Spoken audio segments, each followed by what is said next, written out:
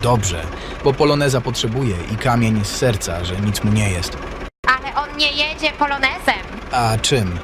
Wuja jedzie na kombajnie, młody. No co ty, Rafałek, to niemożliwe. No chodź patrzeć.